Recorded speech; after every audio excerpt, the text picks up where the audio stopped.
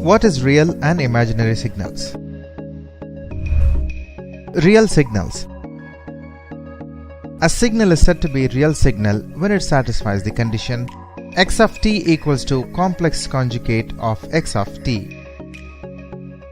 Example, if x of t is equal to 3, then complex conjugate of x of t equals to complex conjugate of 3 equals to 3. Therefore, x of t is real signal. For a real signal, imaginary part should be 0. Imaginary or odd signals. A signal is said to be odd when it satisfies the condition x of t is equal to minus of complex conjugate of x of t.